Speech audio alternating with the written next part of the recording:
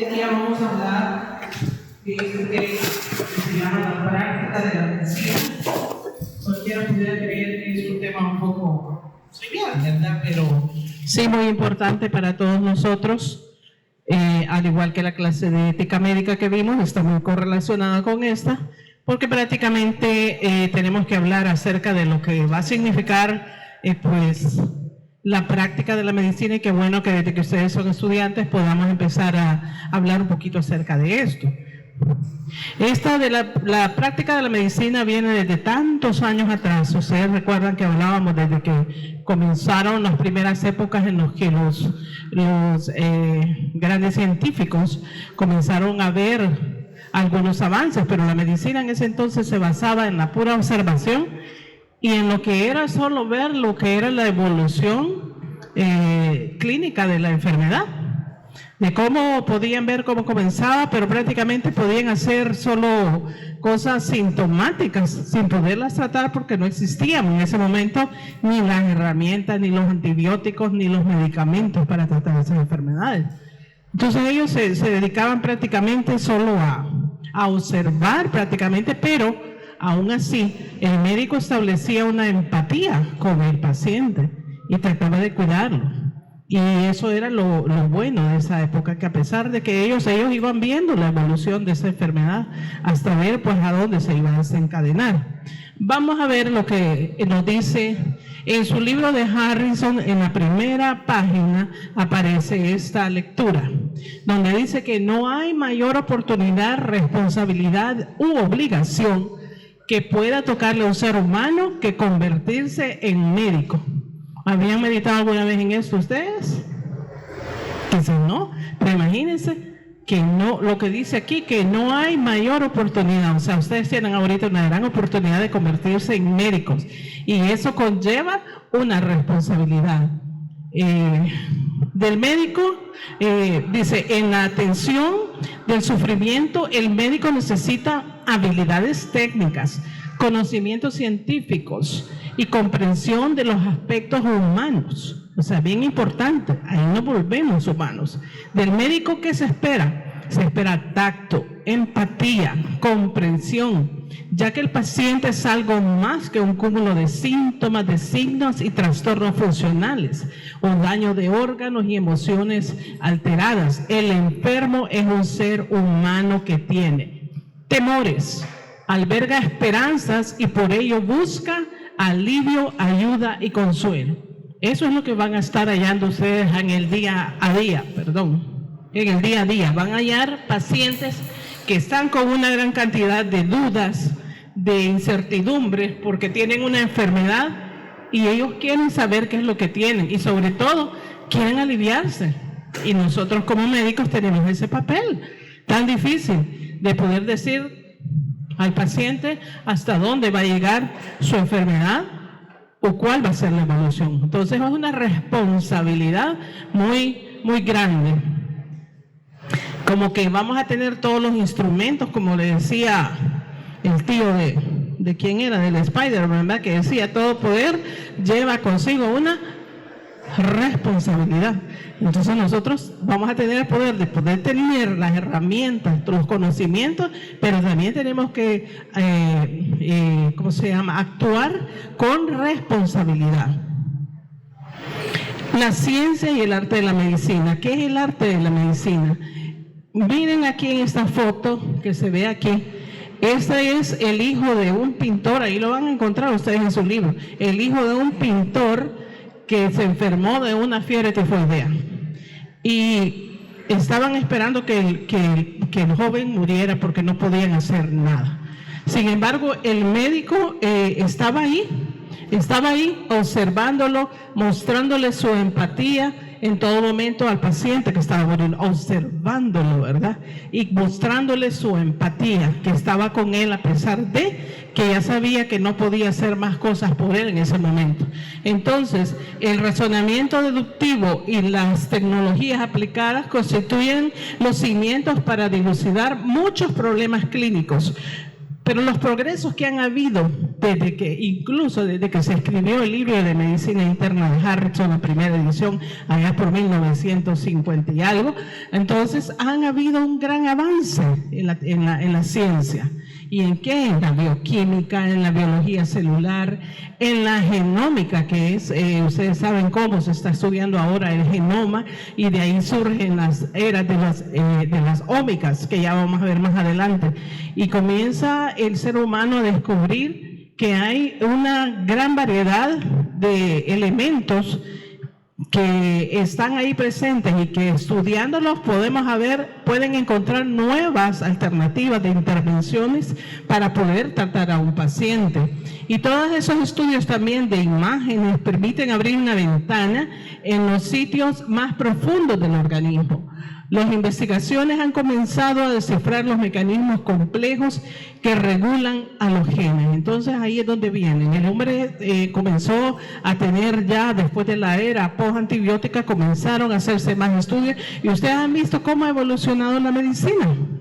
Hasta ahorita, como les mencionaba, que llegamos hasta la inteligencia artificial, ¿verdad? Que ha revolucionado todo y que nos presenta a nosotros un gran reto, porque más que una herramienta también, si no se utiliza bien, si no se sabe utilizar, nos puede generar también conflictos, y eso no es lo que nosotros buscamos, ¿verdad? De los conocimientos derivados de la ciencia médica permite que los médicos comprendan mejor los cuadros patológicos complejos, y también ofrece nuevas vías para el tratamiento y prevención de las enfermedades. El médico eficiente, al enfrentar un problema clínico difícil, debe estar en condiciones de identificar los elementos cruciales de 4 cosas. Primero, la anamnesis. Ustedes desde cuarto año les empezaron a enseñar qué era la anamnesis, para qué servía la anamnesis. El examen físico completo, la exploración física que no debe faltar, obtener los estudios de laboratorio de una manera consciente, ¿verdad? Y no solo a tirar baterías de exámenes para ver qué me sale, ¿va? Si no es esto, es lo otro. Y no, usted tiene que ir dirigido ya a lo que usted necesita. Y extraer resultados fundamentales, que son muchos, ¿verdad? De las pantallas de la computadora. Porque como les decía la vez pasada, no solo ustedes lo van a estar haciendo, sino que a la par van a tener al paciente también con su tablet consultando lo que él cree que él tiene. Entonces vamos a ver, entre esas habilidades clínicas, la historia clínica o la anamnesis es bien importante. ¿Por qué? Porque en general solo cuando los pacientes se sientan bien cómodos van a aportar toda la información completa, y por eso es muy importante ganarse la confianza de los pacientes. Todos los componentes de una adecuada anamnesis, junto con la exploración física de órganos y sistemas, son fundamentales para elaborar las hipótesis diagnósticas y las probabilidades terapéuticas, ¿verdad? El simple hecho de tener los datos de la anamnesis ofrece al médico la oportunidad de establecer o reforzar un vínculo peculiar que siente las bases de la relación ideal entre él y el enfermo. Si ustedes no establecen la confianza adecuada, el paciente no les va a colaborar, se va a cerrar, no les va a decir nada. Ahí va a estar, y entonces si ustedes no tienen los elementos necesarios, porque acuérdense que la anamnesis, y yo se lo digo siempre, se los dije a mis estudiantes cuando yo daba la tutoría, si ustedes no hacen una buena anamnesis no van a tener, porque quizás hasta el 80-90% de un buen diagnóstico se extrae de una buena anamnesis. Y acuérdense cómo va ahí todo incluido, ¿va? Desde cuándo comenzaron los síntomas, los acompañantes, hasta los antecedentes, tanto personales, familiares, todo eso va a influir en que yo pueda decir, bueno, voy a orientar a este diagnóstico y voy a tener que ordenar los siguientes exámenes. La exploración física se intenta identificar los signos físicos de la enfermedad, y a veces estos son la única evidencia de la misma, ¿verdad? Si ustedes hacen un buen examen físico, ahí pueden ustedes incluso sellar el diagnóstico. La exploración física debe realizarse de manera mediática y rigurosa, teniendo en cuenta la comodidad y el pudor del paciente. Bien importante, si es bien cierto que el examen físico debe incluir desde la cabeza hasta los pies, siempre.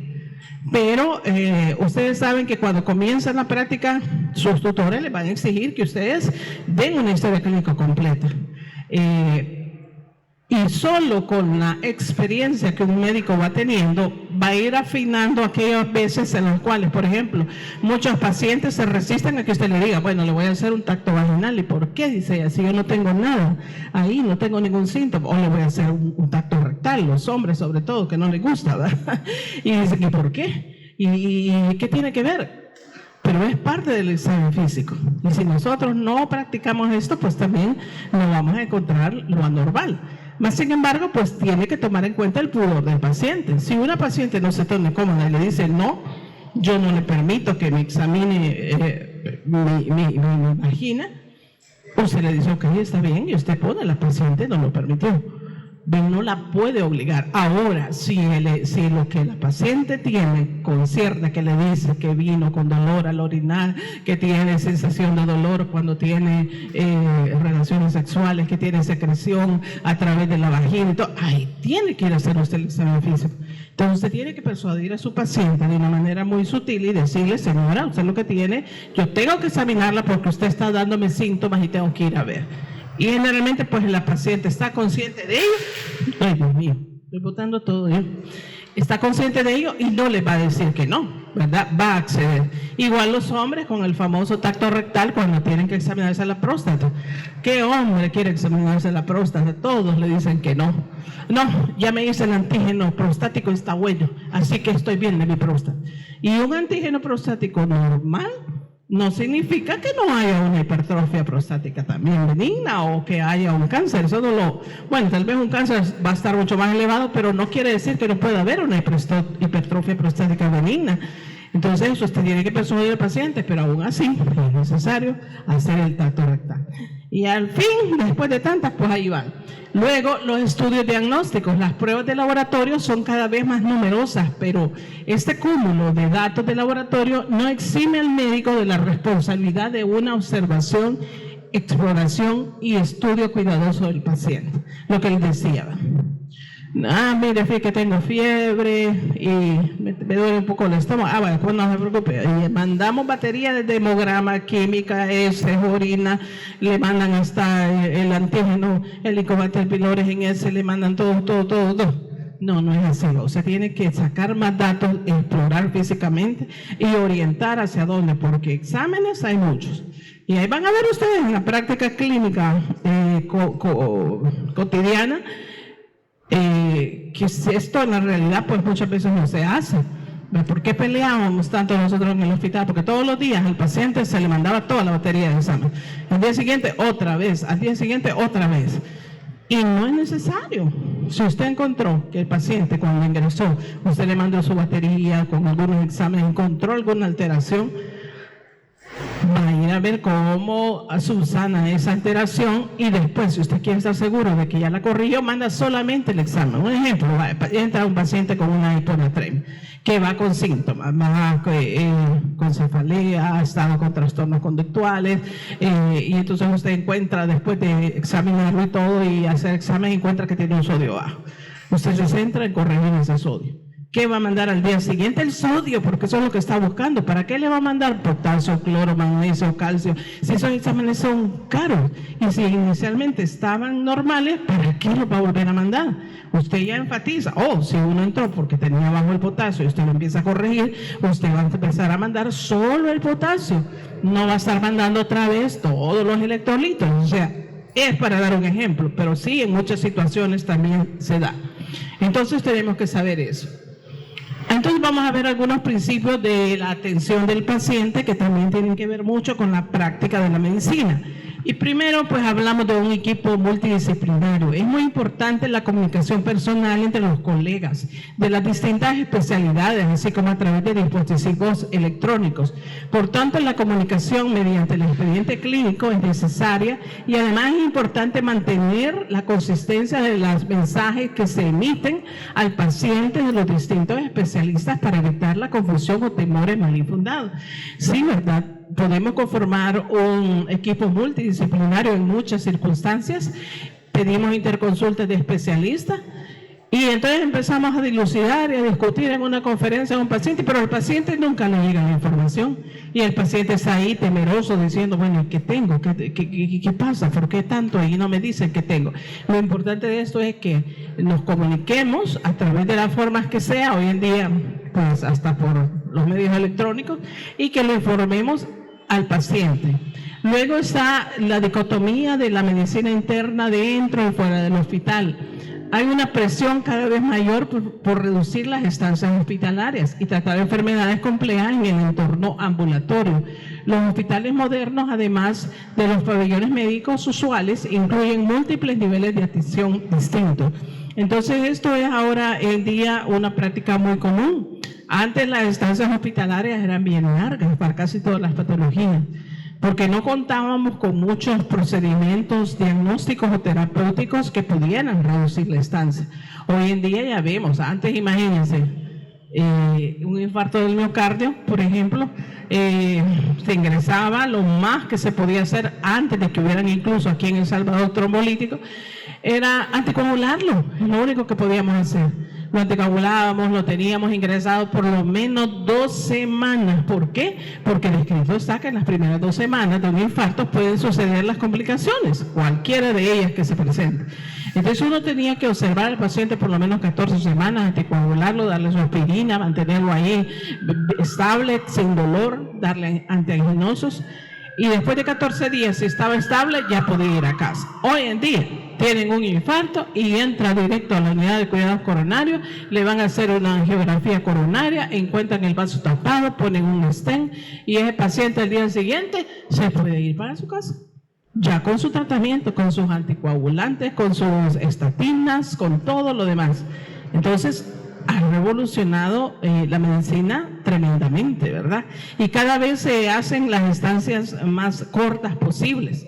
Es cierto, hay algunas patologías que no lo van a permitir, van a tener que tener una estancia prolongada, pero en la realidad, debido a las altas demandas de pacientes, los hospitales buscan, y debido a que tenemos una gran cantidad de servicios, ahora ya existen las unidades de cuidados coronarios, unidades intensivos, las unidades de cuidados paliativos, los servicios de ambulatorios de medicina del día, se usa mucho hoy en día, donde el paciente puede llegar nada más a cumplir su medicamento e irse a su casa. Con todo eso se ha venido cambiando, ¿verdad?, un poco la práctica de la medicina, y ha hecho que esos costos hospitalarios se reduzcan también, porque estamos evitando los días cama de un paciente, y con eso pues obviamente, si alguna vez piensan cuánto cuesta un día de estancia hospitalaria de un paciente en UCI, se van a dar cuenta que son altísimos los costos. Entonces, obviamente los pacientes de UCI no pueden ser dados de alta tan rápido. Ellos, una vez estabilizados, son vaciados a una unidad de cuidado intermedio, después a una unidad hospitalaria, y son los que tienen ahora una estancia un poquito más prolongada. La mitigación del estrés en el marco de la enfermedad aguda. El médico y otros profesionales de la salud pueden reducir el impacto de los incidentes que cambian la vida y proporcionan información de una manera clara, calmada, consistente y tranquilizadora. A menudo la información y el consuelo deben repetirse. Es bien importante que usted se comunique con el paciente, que usted lo calme. El paciente, entre más estresado está, más problemas va a tener. Hoy en día yo he visto muy frecuentemente en mi práctica privada que en el ámbito de las unidades de salud o lo que sea, están sobrediagnosticando mucho la enfermedad renal. Hoy a todo paciente le dicen, mire, usted ya, su riñón ya no le funciona. Usted tiene un 40% de funcionamiento renal. ¿Por qué? Porque han estimado una tasa de filtración glomerular a través de una creatinina nada más. Y entonces, si por X motivo le sale un poquito baja, ya lo catalogan. Sí, evidenciar primero factores de riesgo, el examen físico, los exámenes complementarios para poder decir si usted está en una enfermedad renal crónica etapa 2, 3B, 3A, 4, 5. No que ahora de un solo ven y dice, ¿qué le pasa? Venga un poquito hinchadito de los pies, usted está malo de los riñones. Usted ya tiene un funcionamiento del riñón en 40%. Y créanme, recibí un paciente que yo le iba a hacer una evaluación cardiovascular operatoria por un problema de hombro que le iban a operar el ortopeda, pero me lo mandaban porque les habían dicho que tenía una enfermedad renal crónica. El señor no tenía ningún factor de riesgo, no era hipertenso, no era diabético, estaba bien, no tenía dislipidemia. Y solo porque obviamente tenía más de 60 años, probablemente la próstata andaba por ahí fallando y ya la filtración le salía un poquito alta porque la creatinina ya estaba en el límite superior alto, lo catalogaron como renal y le dieron tratamiento como renal crónico. Y el señor no dormía, él le preocupaba más su problema del riñón que el del hombro. Y ni se quería operar casi porque él me decía, doctor, es que yo no duermo desde que me dijeron que ya me fallan los riñones. Yo ya me siento que entro a la diálisis.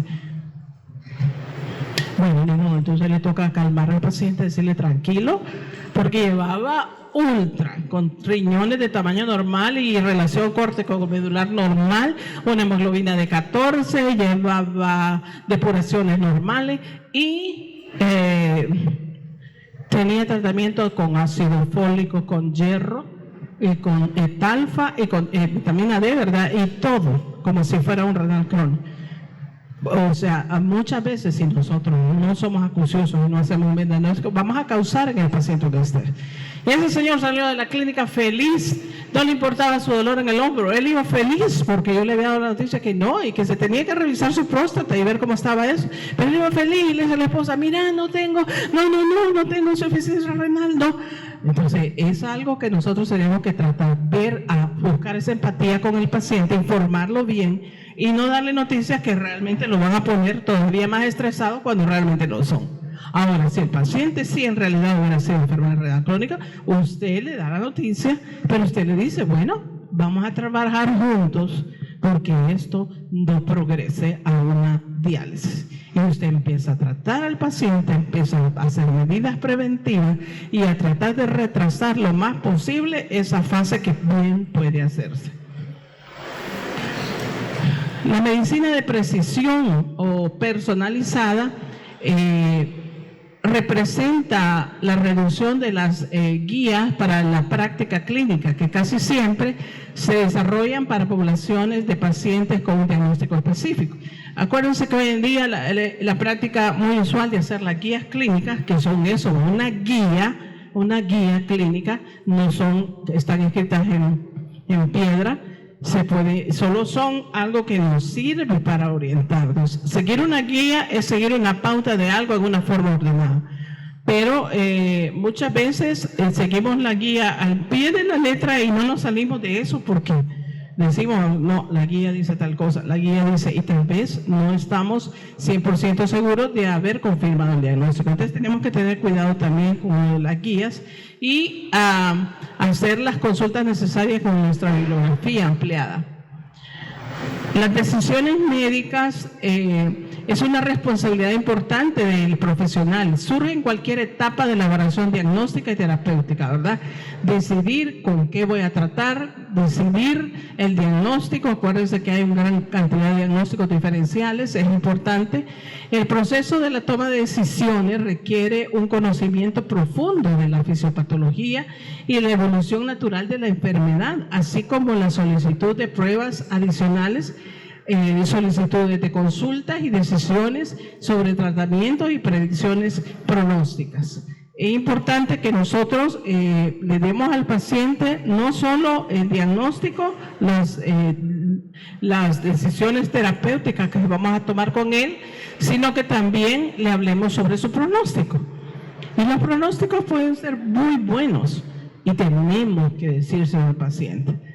Y si el pronóstico es malo, también, y ya vamos a ver cómo se lo vamos a decir.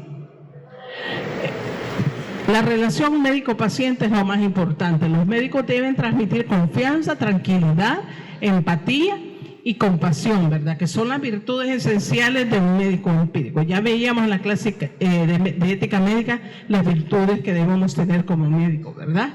La relación médico-paciente se basa en el conocimiento de la persona, en la confianza mutua y en la capacidad de comunicación. Entre más me comunico con mi paciente, mejor voy a tener establecida esa relación médico-paciente y mejor va a ser el pronóstico que él va a tener. No el pronóstico, pero sí la aceptación de su enfermedad y cómo la va a abordar. La valoración de los resultados. Los pacientes casi siempre buscan atención médica por varias razones. Obtener alivio del dolor, conservar o recuperar la función y disfrutar de la vida. Pues ellos quieren estar tranquilos. Perdón, me voy a sentar, pero a veces me cuesta estar parado. Los médicos se quieren sentir, los pacientes se quieren sentir tranquilos de que están llevando adecuadamente su enfermedad. Si un paciente acepta su enfermedad y se apega al tratamiento, así vamos a tener una mejor evolución. Porque ¿qué pasa? Si yo encontré a un paciente que es hipertenso, que es diabético, que tiene dislipidemia, que está gordito, tiene muchos factores de riesgo para una enfermedad coronaria, para una enfermedad isquémica del cerebro, ¿verdad? Cualquier tipo de evento cerebrovascular, para una gran cantidad de complicaciones. En la medida en que este paciente acepte que tiene muchos factores de riesgo y que tiene que cumplir no solo medidas farmacológicas, porque no solo es de que vamos a ir y mire, usted tiene eso, va a tomar estatinas, ibersaltán, va a tomar aspirina, va a tomar carvedilol, lo que sea, y va. No, eso no es todo. Lo más importante es hacer educación en este paciente. De ahora en adelante usted va a cambiar todo su estilo de vida. Va a empezar a ser más ordenado, va a tener que caminar, va a tener que hacer algún tipo de, si no puede hacer ejercicio, pues por lo menos caminar, tiene que hacer una dieta equilibrada, de preferencia a referirlo con un nutricionista para que le enseñe a comer, ¿verdad? Va a tener que cambiar el nivel de estrés que maneja, va a tener que, bueno, son tantas cosas que van englobadas y que el médico tiene que ser el que oriente al paciente qué debe de hacer. Porque de lo contrario, pues él va a seguir Conozco el caso de un paciente que era muy delgado, deportista en su juventud. A medida que fue aumentando en años, ahí por los 40, estaba obeso. Era hipertenso, estaba diabético y él no lo sabía. Y fue al médico ese día y se le encontró que estaba hipertenso, que era diabético, que las lipoproteínas estaban elevadísimas, que estaba, bueno, con una serie de complicaciones. Y se le empezó a decir, bueno, usted de ahora en adelante va a ser. Entonces dijo él, ok. Se fue con sus hijos, agarró su carro y con su esposa y dijo, vamos a ir a Priceman y voy a hacer mi última comida, dijo, mala, porque de aquí en adelante no voy a poner a... Fueron y se compraron una de esas pizzas que venden en Priceman, que saben que comen en Dota, y se comió la mayor parte de pizza con sus hijos. Cuando ya iban para la casa, en el trayecto él iba manejando, sintió un dolor precordial. Y le dijo a la esposa, me duele, comenzó a sudar, no, le dijo, cambiemos, maneja tú. Y la esposa manejó. En el trayecto el dolor se fue aumentando, comenzó diafrético, gritaba del dolor y le dice, llévame a un hospital. En todo lo que ella, angustiada, la esposa no podía ni manejar también, se dirigió al primer hospital que tenía más cerca y cuando llegó, él ya no se quejaba, porque ya estaba muerto. Y ese paciente falleció ahí en su auto. Entonces, a veces pues el paciente se descuida, no quiere chequearse. Por eso es que ahí viene, ustedes hacen promoción en sus años anteriores, de promoción de la salud, donde tenemos que decirle a los pacientes que se chequeen, mucho más si tienen factores de riesgo, si tienen familiares con antecedentes médicos, que sabemos que muchos de ellos se heredan, ¿verdad? Entonces tenemos que empezar a hacer la promoción de la salud. Chequees.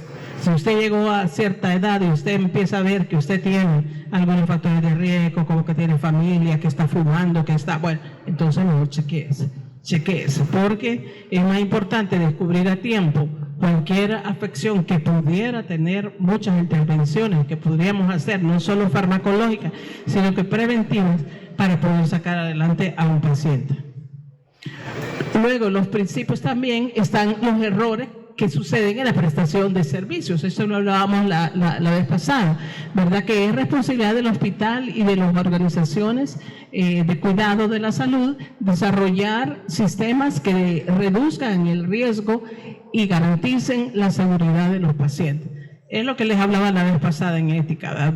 Errores vamos a tener, nos vamos a equivocar.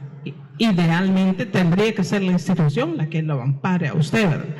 Pero muchas veces en la práctica eso no se da.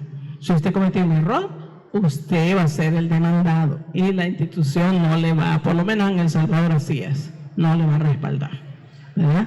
Entonces tenemos que tratar en lo posible de evitar caer en errores, y la forma en que menos podemos cometer errores es nosotros estudiando día a día, estudiando qué es lo que tiene el paciente y viendo a ver cuáles son las posibilidades y bueno, tratar de no cometerlo. Yo sé que no somos dioses, ya lo dije la vez pasada, aunque nos dicen que nosotros nos creemos medio dioses, dicen que el MD no es de médicos, sino que de medio dioses, así nos dicen en la práctica.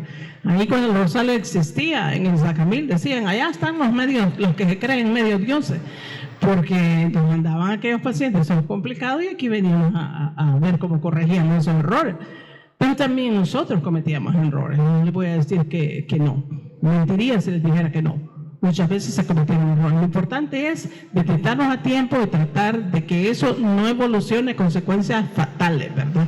Porque entonces ahí sí, vamos a ser sujetos de muchas demandas.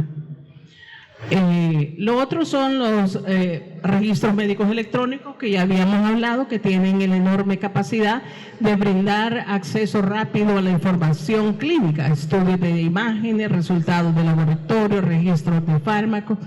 Pero pese a las ventajas que representan los registros médicos electrónicos, también pueden distanciar al médico del paciente si no se tiene cuidado de preservar el contacto directo. Y lo que pasa, llega el paciente hoy en día, pasa señora, siéntese, ¿qué tiene? Y comenzamos a escribir y no miramos al paciente. Ajá, ¿qué más? ¿Y qué otra cosa tiene? ¿Y qué pasó? Ah, bueno, mira, quiero ver los exámenes, en mi computadora voy a ver el sistema de laboratorio que ya lo tengo. Ah, aquí están sus exámenes, todo está bien. Vaya, ok, usted va a tomar eso, le hago la receta, vaya, pasa allá afuera, ya le van a dar su receta. Cero contacto con el paciente. Se nos olvidó ni siquiera examinarlo, porque aunque un paciente tenga una enfermedad crónica, ustedes también tienen la obligación de chequearlo. Yo en lo personal, los pacientes entraban, los hipertensos entraban a mi consultorio, ya con la presión que traían de la enfermera, pero yo no les confiaba a las enfermeras esa presión, y yo les volvía a tomar la presión a los pacientes ahí, les volvía a ocultar su corazoncito. Si me decían, me duele algo aquí, acuéstelo, vamos a examinar, aunque eso significa que voy a invertir más tiempo, pero sí es necesario que examinemos, aunque sea un paciente crónico, tenemos que examinar. Y créanme que ahora algunos pacientes hasta se asustan cuando uno le dice, vaya, acuéstese, se lo voy a examinar. ¿El qué? Que se acueste en el canapé, lo voy a examinar. Y se comienza a hacer el examen físico y todo, y después dice, me han dicho pacientes, doctora, es la primera vez que me examino. Nunca me habían examinado. Imagínense, entonces se nos olvida porque tenemos la tecnología, porque ahí mismo tenemos ahora ya tenemos la IABA, entonces quiero ver, esto. Entonces nos volvemos, no deben la tecnología, lo electrónico no debe de quitarnos la práctica clínica con el paciente. No nos distanciemos de él. No lo dejemos así como que, es un robot ahí que solo ojalá no lleguemos a eso más adelante, ¿verdad? Porque cada vez estamos haciéndolo más electrónico que otra cosa. Pero tenemos que reconocer que tenemos que estar en contacto físico, ¿verdad? con el paciente.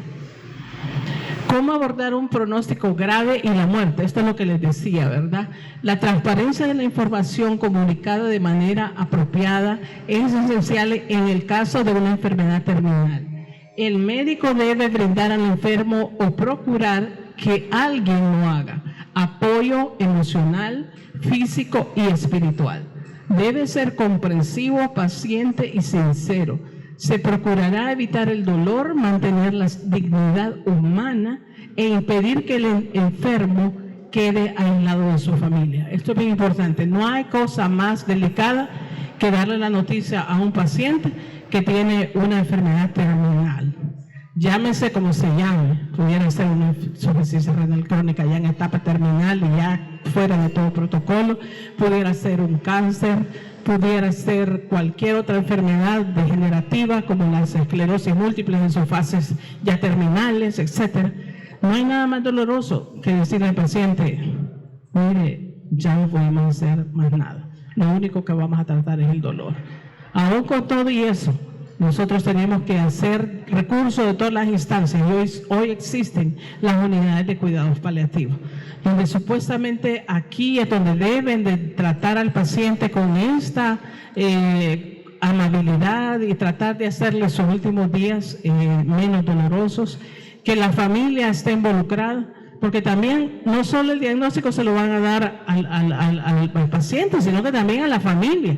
Y hay que esperar la reacción de las familias, y muchas familias les van a echar la culpa a ustedes, si ustedes tienen la culpa, porque no le dieron el tratamiento, porque ¿por qué no le quieren dar el tratamiento? Que no puede ser que no haya ningún medicamento, porque yo me resisto a que mi madre o mi padre o mi hermano se muera porque tiene un cáncer o porque tiene otra enfermedad terminal. Entonces yo me resisto y digo, no, doctor, tiene que haber algo, usted me tiene que curar a mi mamá, usted me tiene que curar a mi papá. Y eso, si ustedes no lo saben explicar con todos los elementos necesarios para que el paciente y el familiar lo entienda, no van a tener una buena experiencia, van a tener problemas graves. Pero hay médicos que son tan así que no. Mira, miren, lo que tiene su papá es un cáncer, se va a morir, lléveselo para la casa, ahí cuídenlo y ahí vean qué hacen con él. Esa no es la manera correcta de decirle a un paciente, te vas a morir. Entonces tenemos que saber cómo abordar al paciente para decirle esta noticia de tal manera que él pueda morir con dignidad, ¿verdad? Y con humanismo. Luego, la función del médico en el consentimiento informado es bien importante, también lo hablamos.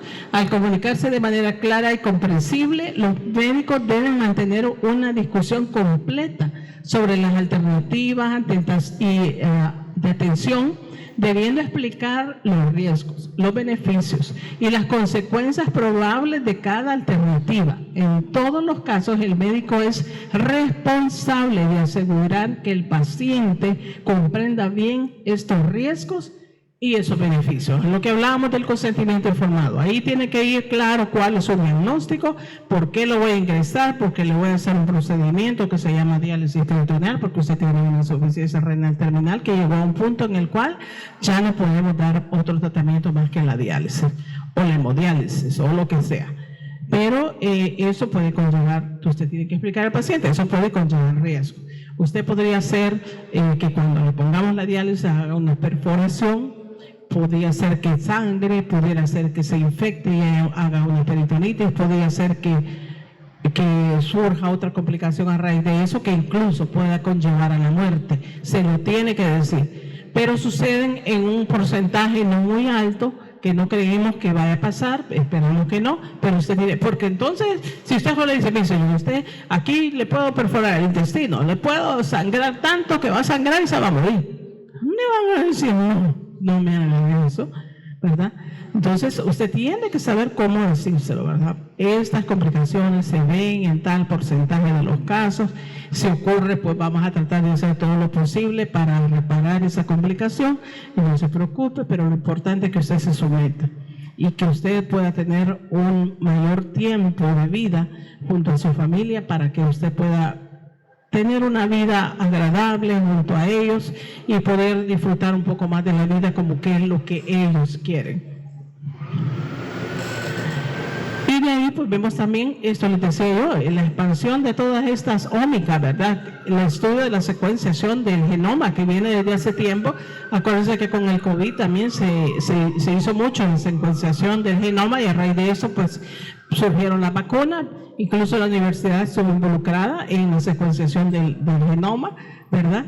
Y eso hace que se avance mucho más en algunas opciones terapéuticas nuevas, ¿verdad? Reveladoras que surgen, como hablábamos, ¿verdad? La vez pasada, que están ahora muy en boga. Y así pues surge la epigenómica, que son los estudios de las alteraciones de las proteínas cromáticas históricas y de la mediación de secuenciaciones del DNA. La proteinómica, que estudia las proteínas elaboradas en una célula o órgano y su complejidad relacionada con las enfermedades. También la microbiómica, esta estudia los microbios residentes en los seres humanos y otros mamíferos. También está la metagenómica, que estudia, es el estudio genómico de las especies ambientales con capacidad de influir directa o indirectamente en la biología humana. La metabólica estudia los metabolitos en las células y órganos, y la exposómica, que se refiere a los esfuerzos para catalogar y capturar las exposiciones ambientales. Entonces han surgido toda esta cantidad de estudios especializados, y miren el montón de cosas que hay ahora. Ahora todo está sujeto a los estudios, ¿verdad? Y con esto se pueden hacer intervenciones mucho más avanzadas y novedosas para tratar las enfermedades. El médico como un estudiante perpetuo y como ciudadano. Desde el momento en que usted se gradúa de la Escuela de Medicina, el médico se percata de que este logro es simbólico y que deberá ser un eterno estudiante. Y eso es así. Si se quejan ahorita ustedes de que, ay, no, yo solo estudiando paso. Ay, no, cuando voy a dejar de estudiar, ya me voy a graduar y ya cuando me gradúe ya no voy a estudiar. Somos unos eternos estudiantes. ¿Por qué? Porque si yo me hubiera quedado con lo que yo aprendí hasta que me gradué, Dios mío, estaría tratando todavía solo con penicilina a los pacientes. Entonces la ciencia va mejorando, entonces tenemos que estar leyendo recientemente cuáles son los nuevos medicamentos, por qué los antibióticos adquieren resistencia bacteriana, cuáles son los que ya no me sirven para esto y para esta otra patología. Tengo que ver cuáles son las nuevas opciones que hay para el tratamiento de diabetes, cuáles son los nuevos medicamentos, qué hay para el paciente renal crónico, cuáles son las nuevas opciones terapéuticas. Si yo no leo, me voy a quedar allá por 1900 ayer, ¿verdad? Y vamos a ser obsoletos, médicos obsoletos. Entonces ustedes van a estudiar, lo siento si les doy esa noticia, pero van a estudiar toda su vida, jóvenes, toda su vida. Y nunca van a dejar de estudiar, ¿verdad? Por eso es que la docencia es tan importante, porque ahí nosotros nos vamos retroalimentando, ¿verdad? De lo más actualizado que hay. Y tratamos de que ustedes también se pongan ¿cómo se llama? En paralelo, ¿verdad? Con eso, para que puedan conocer las nuevas alternativas. Las investigaciones, la docencia y la práctica de la medicina. El término doctor procede del latín docere, que significa enseñar. El médico siempre va a ser no solo alguien que va a leer, sino que también va a enseñar. Ustedes ahí sentaditos, ¿cómo están? El día de la mañana, no sé a cuánto, voy a ver a quién soy yo. No sé quién va a estar allá donde me siento yo en la jefatura. Ustedes van a ser los médicos que van a venir acá. En algún momento dado ustedes van a estar ocupando lugares que nosotros ocupamos en un momento dado, y ustedes van a estar obligados a enseñar. Hasta entonces se van a dar cuenta por qué nosotros exigimos tanto, ¿verdad? ¿Por qué exigimos que lean? ¿Por qué exigimos que estudien? ¿Por qué exigimos que asistan a todas sus actividades académicas? Esto es importante, porque nos vamos a convertir casi de por sí en maestros a la par, ¿verdad? Sin haber estudiado, docencia. Como los profesores, el médico debe compartir información y conocimientos a sus colegas, a sus estudiantes de medicina, profesionales afines y a su paciente. Usted tiene que transmitir todos esos conocimientos a todos. Si no fuera así, pues no estuviéramos nosotros aquí enseñándoles a ustedes, ¿verdad? A pesar de la situación que tenemos ahorita en el país, a pesar de que nos quedamos sin un hospital escuela emblemático, ¿verdad?, por miles de años. Pero ahí estamos, tratando de ver cómo salimos adelante y con lo que tenemos, ¿verdad? Hoy por hoy. Esperamos que el día de mañana la situación sea diferente.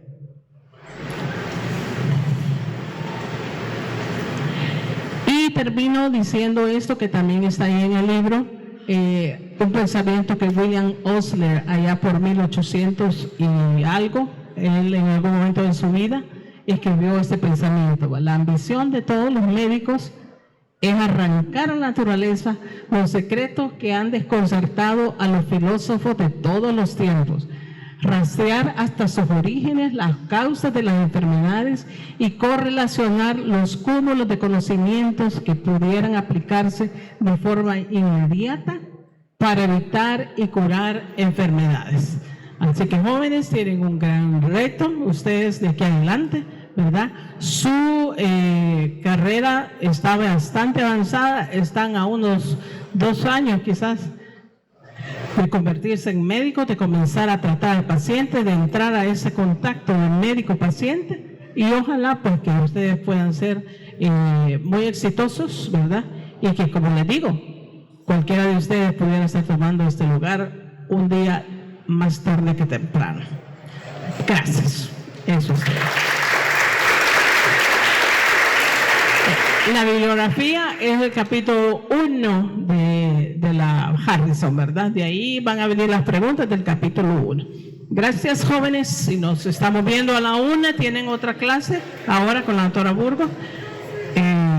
Generalmente la clase que ella da, la da casi en media hora. Así es que les estaba diciendo a los que tienen tutoría a las 2 que bien pueden venir, porque a la 1:30 estarían saliendo y llegan a tiempo a las 2, ¿verdad? ¿Ah? No te oigo bien hasta aquí.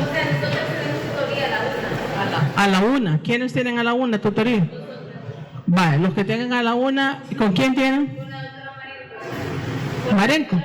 Ah, vale, pero con la doctora Marenco no hay nada. Yo le voy a avisar. Yo le voy a avisar que tienen clase, para. El doctor Rivera, sí, no. Ahí sí se van con el doctor Rivera.